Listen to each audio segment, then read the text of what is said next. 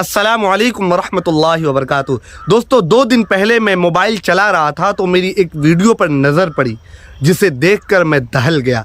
मेरा कलेजा दहल गया, पैरों तले से ज़मीन खिसक गई।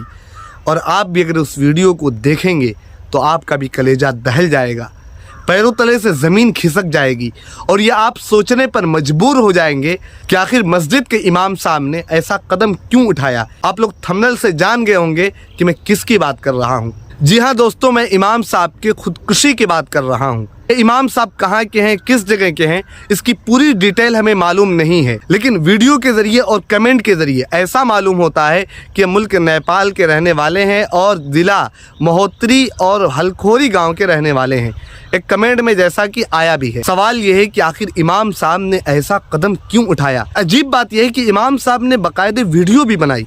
अब उनका क्या पैगाम था, क्या वो कहना चाह रहे थे, उनकी क्या परेशानियां थीं, किस वजह से उन्होंने ऐसा कदम उठाया, क्या बात थी, सूरत हाल क्या थी, ये सारी चीज़ें एक तरफ है। लेकिन अगर हम आपसे ये पूछें कि एक इमाम की तनख्वाह आज के वक्त में कितनी होती है और आपके घर के खराजात कितने हैं, आपके घर के खर्चे कितने हैं, तो एक आम आदमी यही कहेगा कि हमारे घर के खराजात कम से कम 15 से 20 हज़ार। लेकिन इमाम की तनख्वाह आज के वक्त में कितनी होती है वो हमसे बेहतर आप जानते हैं कि 5 से 6 हज़ार, 6 से 7 हज़ार, बहुत अगर ज़्यादा किसी की तनख्वाह होती है तो 10 हज़ार।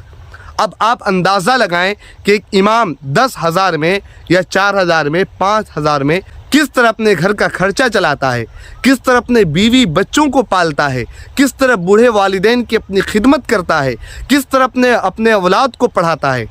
ज़रा सोचिए और सोच करके बताइए।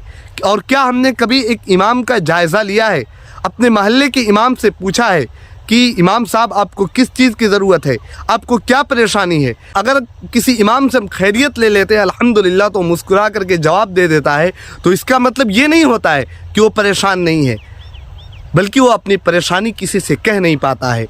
वो डिप्रेशन का शिकार रहता है, उसके सरों पर बोझ रहता है।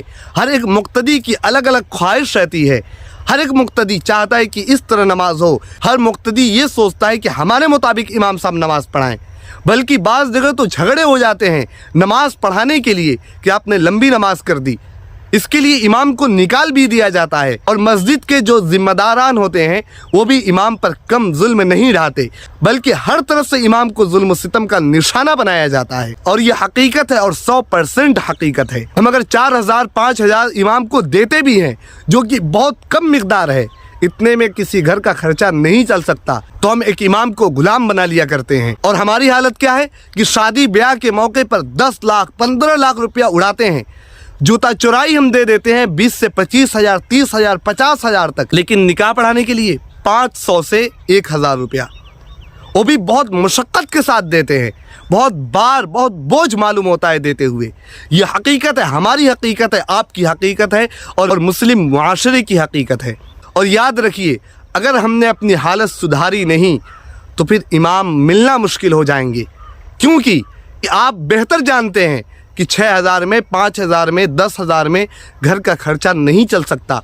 आप खुद इस बात को एक्सेप्ट करेंगे कि नहीं चल सकता, तो बताइए एक इमाम किस तरह इतनी कम मिकदार में घर का खर्चा चला पाएगा। खुदकुशी का एक मामला नहीं है, बल्कि कई मामलात आ चुके हैं और इमाम को हर तरह से परेशान किया जाता है और उसे परेशान करके रखा जाता है। और इसके जिम्मेदार हम हैं, आप हैं और पूरा मुस्लिम मुआशरा है। हम अपने मोबाइल में रिचार्ज कराने के लिए 300 रुपया खर्चा कर देते हैं, लेकिन महीने में 300 रुपया देना हमारे लिए बोझ मालूम होता है। हमें अपनी हालत सुधारनी पड़ेगी और इमाम को इज्जत की निगाहों से देखनी पड़ेगी।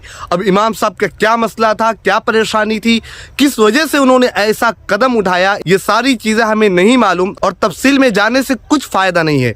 लेकिन हकीकत ये है कि मस्जिद के इमाम और मुदर्रिसीन तनख्वाह के मामले में बहुत परेशान रहते हैं। और ये हकीकत है, आप किसी भी मस्जिद के इमाम या मुदर्रिसीन का जायज़ा जा कर के ले लीजिए। अगर बात कड़वी लगी हो तो माफ़ करिएगा, लेकिन हकीकत यही है। और वीडियो को ज़्यादा से ज़्यादा शेयर कर दीजिए। अस्सलामु अलैकुम वरहमतुल्लाहि वबरकातुहू।